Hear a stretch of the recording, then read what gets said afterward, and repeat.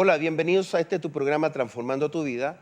En el programa anterior tuvimos una conversación muy grata con el doctor Abraham Larrondo y te damos la bienvenida, Abraham, por participar de este programa y poder saber que de alguna manera vas a hacer un aporte poderoso para nuestro país. Gracias. Vamos a ir a un video y volvemos a hablar con el doctor Abraham Larrondo. Oh, man. Redimido. Cristín de Clario.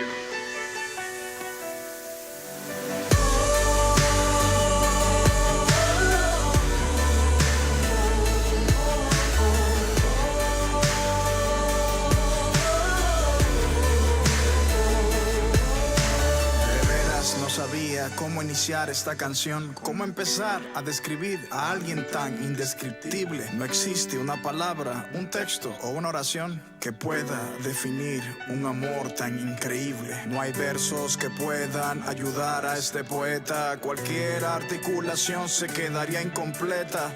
¿Cómo plasmar en una simple libreta a la persona más grandiosa que ha pisado este planeta? Emmanuel, Dios con nosotros, el Hijo del Hombre, el único que tiene un nombre sobre todo nombre. Asombroso, Alfa y Omega, victorioso, 1000 veces santo, 1000 veces glorioso, razón de mi existencia, maestro por excelencia. Los ángeles se postran ante su magnificencia. Él es merecedor de la mejor alabanza. Él es mi esperanza. Mi corazón entona la canción para el que murió en la cruz, que por mí su vida dio, venció la muerte, al tercer día me dio la vida y viviré para siempre proclamar el nombre de Jesús.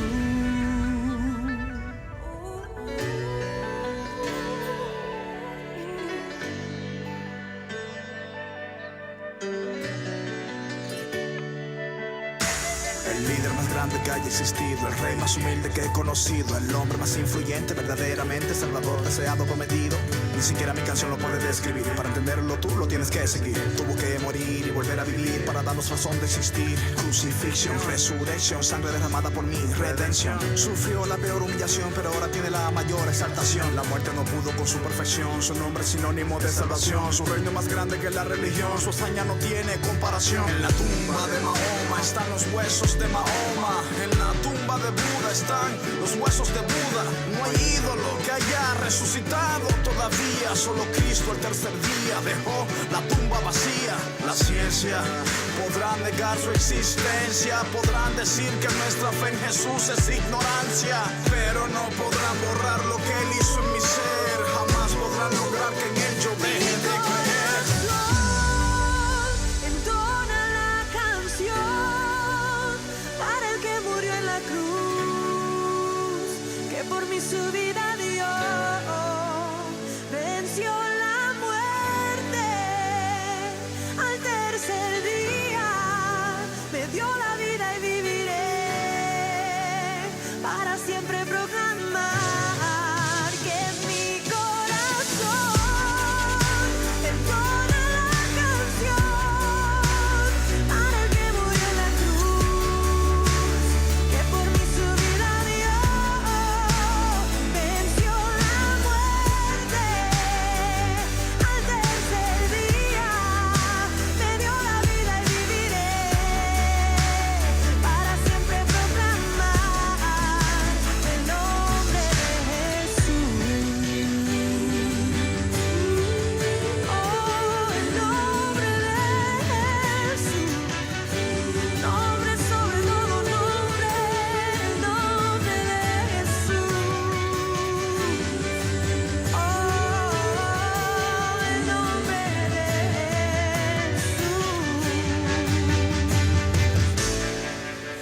El nombre de Jesús. Crystal Louis por primera vez en Chile.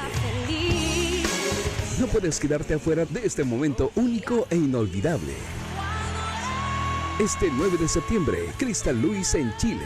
Más información en www.dac-music.cl. Crystal Lewis en concierto. Sábado 9 de septiembre. Teatro Caupolicán. Es otro evento más de DAC Music.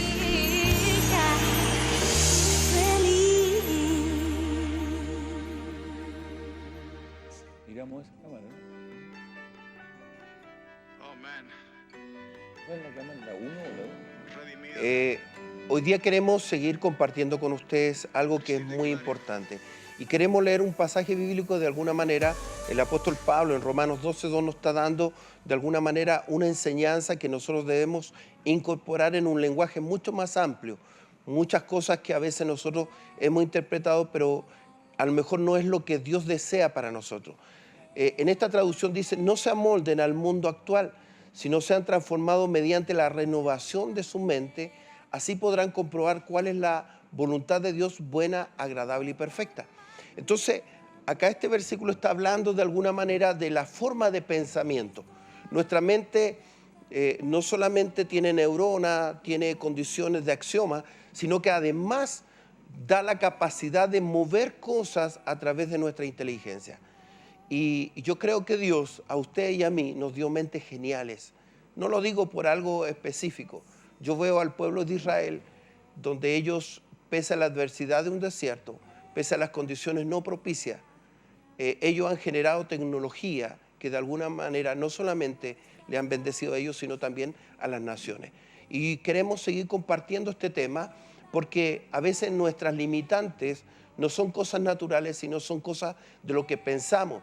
Tú eres lo que piensas, tú eres lo que crees de ti mismo, pero podemos cambiar nuestra mente y transformar nuestra mente para poder generar condiciones que Dios está propiciando en este tiempo para nosotros. Doctor Abraham, cuando nosotros hablamos de la mente, o sea, nosotros tenemos un concepto que de alguna manera lo que nos enseñaron nuestros pastores, tú naciste en cuna cristiana, tu papá un pastor, tu mamá una educadora de párvulos, que de alguna manera lo que tú me contabas es que tu papá te hablaba del espíritu, te llevaba al cielo y tu mamá te colocaba el cable a tierra. Así es. Y obviamente nosotros tenemos que tener esa visión porque estamos en el mundo. No somos del mundo, dice la Escritura, pero estamos en el mundo. Pero ¿para qué estamos en el mundo? Para transformarlo, para modificar, para de alguna manera ser canal de bendición para otro. Y yo creo que Dios te ha puesto en un canal muy poderoso y una oportunidad que Dios te está brindando. Te ha preparado desde niño, desde tu primera adolescencia, donde tú determinaste ser un cientista político, te metiste en una arena que es muy difícil, que no todos podrían estar, pero tú te metiste en un nivel de mucho Goliat. Y yo creo que Dios está propiciando una oportunidad no solamente a través de tu persona, sino que nos podamos unir a este partido político que tú estás representando, a la iglesia. Y nosotros podemos provocar ese cambio real. Y quiero que me cuentes un poquito cómo acceder a este partido político, cuáles son las acciones que nosotros debemos realizar. El partido político, Partido Cristiano Ciudadano, es un partido que está con una base principal en la declaración de principios cristianos hacia lo que se llama el centro político. Nosotros hemos cumplido 3 etapas, estamos en la última etapa de constitución, que significa reunir las firmas por región.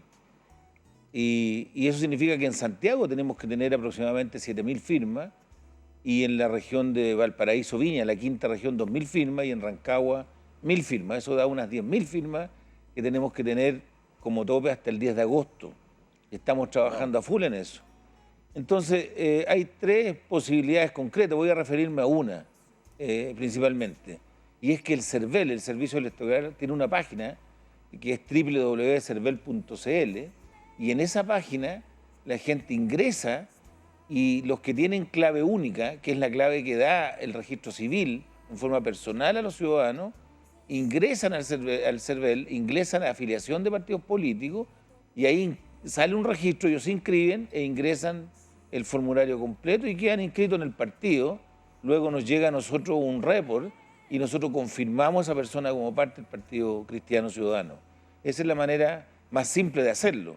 También nosotros estamos en distintas ciudades llevando a nuestro equipo, ¿cierto? Hemos estado a las puertas de la iglesia.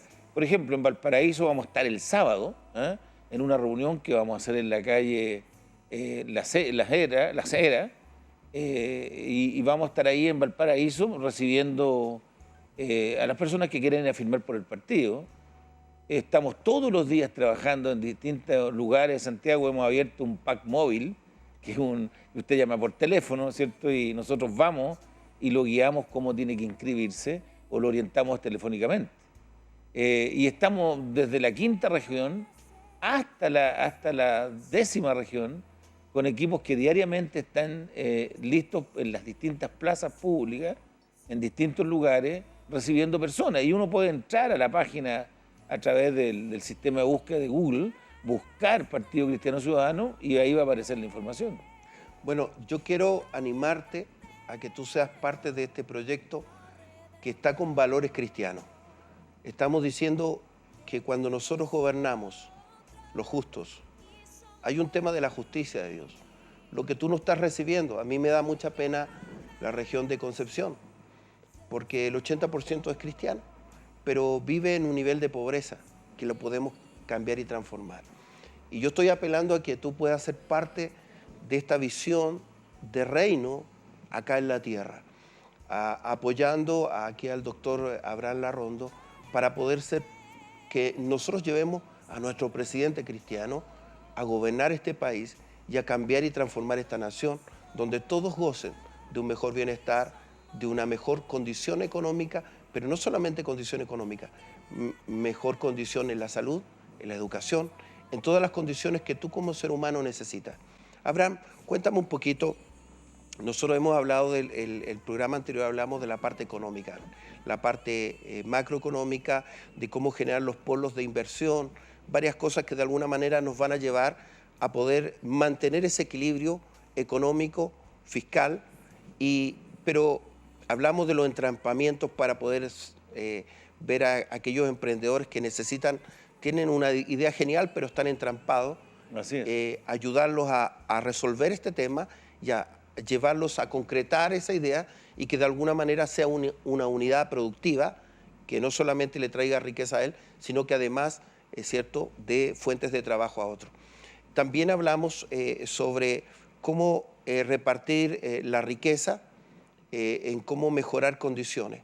Ahora, tú puedes ahondar un poquito más sobre este tema, sobre todo en estos ejes que tú estás moviendo para que la gente entienda. Hay gente que no va a entender en forma muy... debe ser un poco más práctica, hablar un poco con manzanas, ¿ya? Para que ellos entiendan qué es lo que ellos recibirían en el momento que tú accedieras al gobierno. Cómo podríamos llegar a mantener esos equilibrios de tal manera que el 4,1% de crecimiento en forma sostenida nos podría llevar el 5%, disculpa, a un crecimiento similar a Alemania en 18 años o en alrededor de 17 años. 18 años. Claro. Cuéntanos un poquito más de esto, ¿cómo lo logramos? Bueno, lo que no dijimos voy a decir ahora, ¿no? Okay. Que tiene que ver con los impuestos. El concepto impuesto en Chile es la recaudación legítima de los fondos tributarios que requiere el gobierno para el bien común. Pero cuando hay personas que por su sola naturaleza, por su sola iniciativa, están haciendo proyectos que van a restar la cesantía, proyectos que van a desarrollar la productividad, proyectos que van a generar caudales de impuestos, lo primero que hay que hacer es facilitarle. Voy a usar un ejemplo doméstico. Si yo quiero que una gallina ponga huevos, yo primero tengo que darle condiciones, alimentarla, cuidarla. Y para que pueda poner huevos, ¿no? Sí. Pero yo no puedo castigar a la gallina, ¿cierto? Y darle condiciones adversas para que ponga huevos, ¿no? Claro. Entonces, por lo tanto, yendo al plano práctico, cuando hay un emprendedor que tiene una maraña de situaciones de impuestos y que tiene que cumplir, y de una maraña de burocracia que no lo deja avanzar, simplemente desmotiva esa iniciativa. Entonces yo no puedo estar castigando con los mismos impuestos que a una empresa estable, desarrollada, que a una pequeñita empresa que está surgiendo al mercado. Al contrario, yo tengo que incentivarlo, restándole impuestos, apoyándolo con financiamiento adicional, no solamente para el soporte de lo que se llama el capital de trabajo, sino que también dándole condiciones de facilitación. El Estado tiene que hacer un apoyo al pequeño empresario. Estoy hablando del pequeño empresario porque ya hablamos del gran empresario. Sí. Ya le hemos dedicado de los 80 a la fecha condiciones a los empresarios.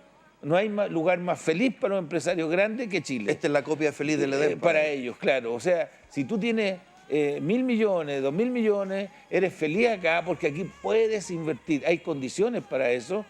Cuando hay algunas cositas que arreglar, por ejemplo, que también lo decimos en nuestro programa, que las leyes ecológicas a veces también a nivel más superior también generan falta de incentivo porque es tanta la regulación ambiental, tan aflictiva, que simplemente se desmotivan las empresas y se van hacia otras condiciones. Entonces, pero es un tema para los grandes empresarios. Claro. Yo estoy hablando de los pequeños empresarios, de los emprendedores, de los profesionales.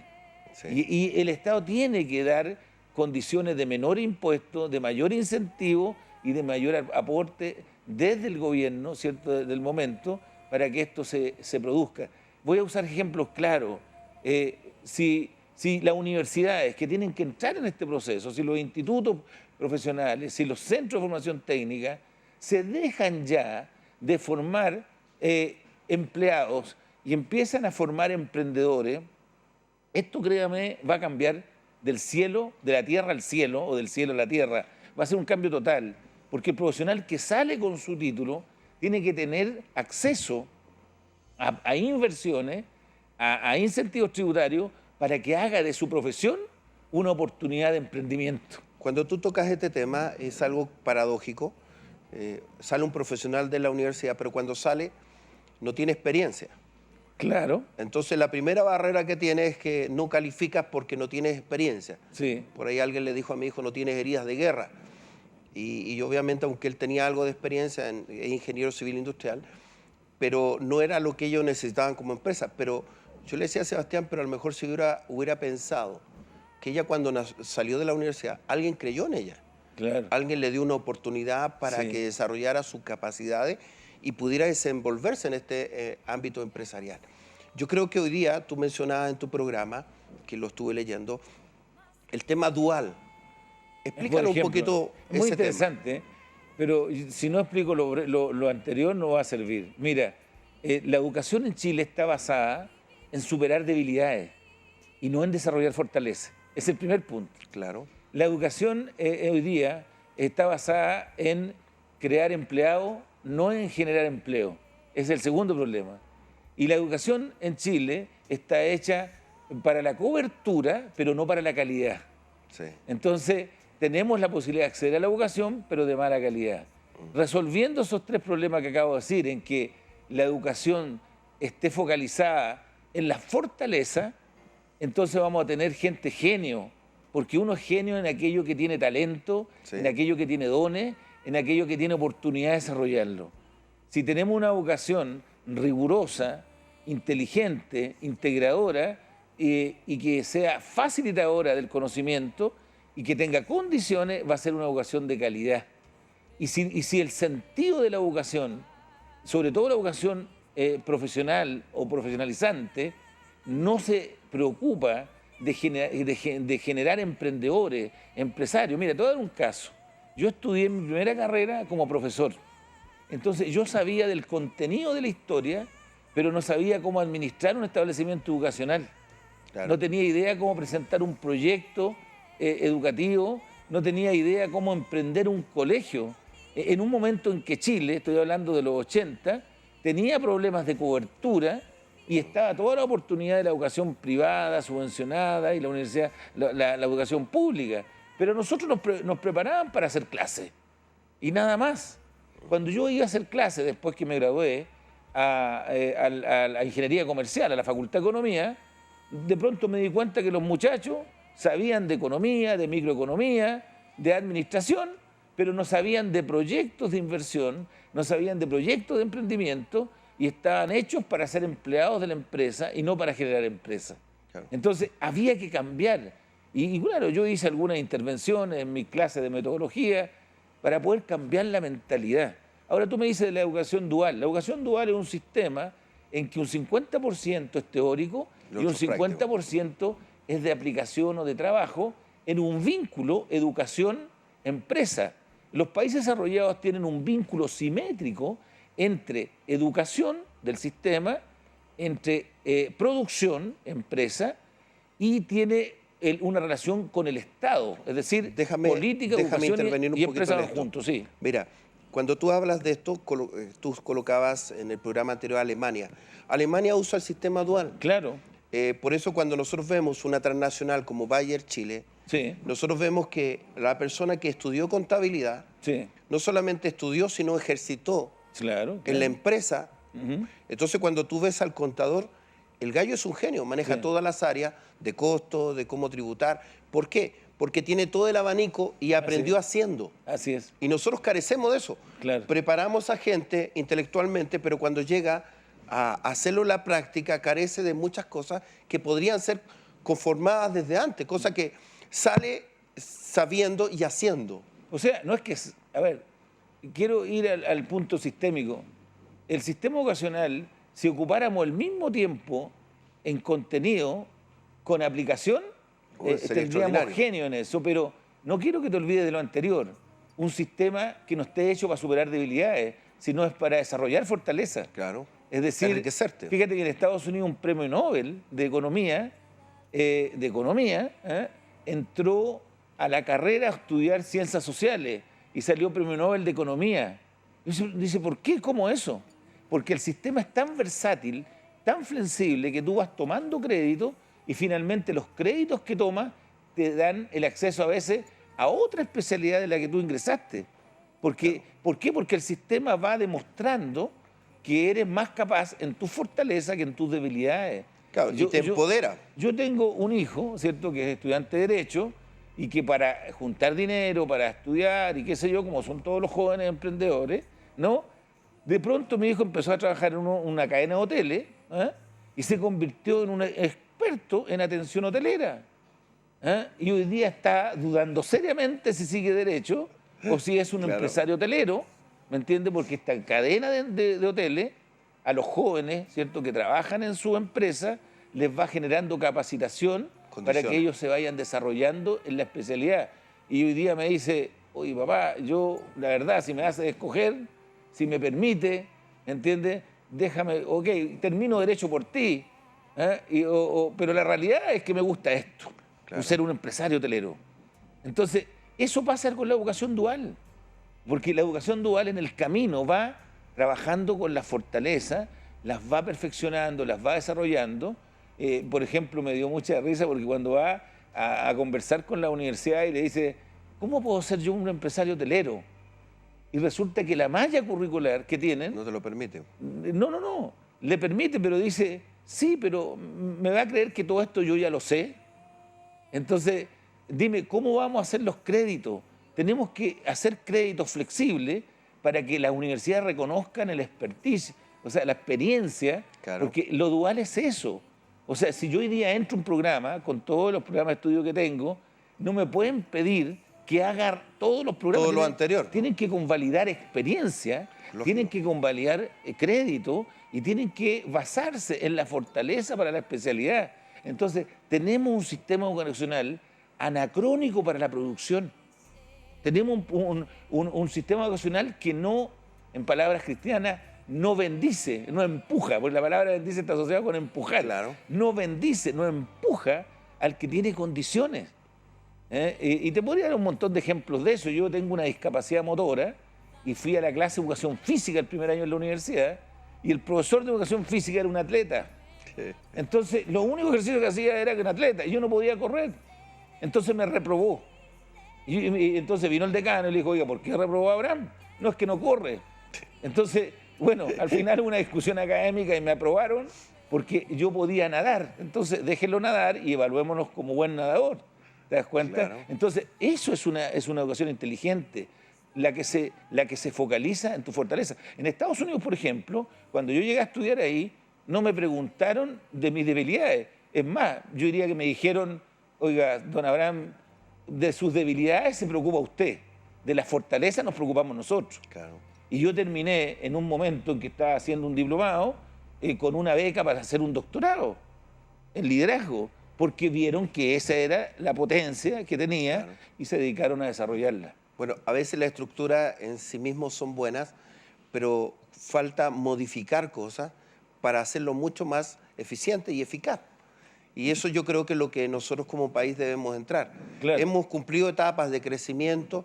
Hoy día en Latinoamérica creo que somos un país que ha crecido mucho, pero podemos ser mejor que eso y ser de alguna manera el ejemplo para otras naciones. Correcto. Tú conoces a este físico mundial, Hopkins, ¿no? Sí. Y que tiene, yo no sé qué le queda bueno a ese hombre, está hemipléjico por todos lados. En Estados Unidos es un genio que gana millones de dólares. Claro. Y sin embargo aquí, ese mismo genio Se moriría de hambre. sería un pordiosero, tal vez cubierto por el hogar de Cristo. Sí. Porque esos son los sistemas que se basan en debilidades y no en desarrollo de fortaleza. Entonces yo encuentro que el desarrollo económico está asociado a un sistema de educación de calidad basada en fortaleza y no en superar debilidades. Y tenemos que tener este vínculo, que bien que tocaste el tema dual, porque el vínculo inteligente de países desarrollados es vincular políticas de Estado, educación y producción en la empresa. Esa es la manera inteligente en que los países se desarrollan. Claro. Y nosotros tenemos políticas desinteligentes. ¿Ah? ¿Por qué? Porque en vez de apoyar la nueva generación que viene, sobre todo de jóvenes, que son en rigor más inteligentes que nosotros. Fíjate que este decano médico, el doctor Monkever, cuando descubrió la relación crecimiento, inteligencia y nutrición, se dio cuenta, estamos hablando de la década del 60, ¿eh? Que si nosotros nutríamos a los niños, ellos iban a crecer más y iban a ser más desarrollados intelectualmente. Claro. Y una vez yo lo invito a una conferencia y él ve a un niño, ¿cierto? Y se pone a llorar. Y yo le dije, ¿por qué lloras? ¿Qué es lo que pasa? No, me dijo, es que acabo de ver a un niño, ¿eh? Y estoy mirando en el patio a los niños del colegio, la conferencia era en un colegio básico, había 1000 profesores en el gimnasio, y me dice, los niños son más grandes que yo, me dijo. Y claro, yo los veía más grandes, para mí era normal eso. Es que una generación antes, yo les dije esto a los que gobernaban, y no me creían. Y aquí está la prueba, me decía. Y entró llorando a dar la conferencia. Entonces, ¿qué quiere decir en rigor? Que este país tiene una generación más inteligente que nosotros. Sí. O sea, mis hijos son más inteligentes que yo, son más altos, ¿no? Sí. Y van a seguir siendo más altos, no por una cosa de casualidad genética, sino porque hubo una intervención, la Junta de Auxilio Escolar y Beca, ¿cierto?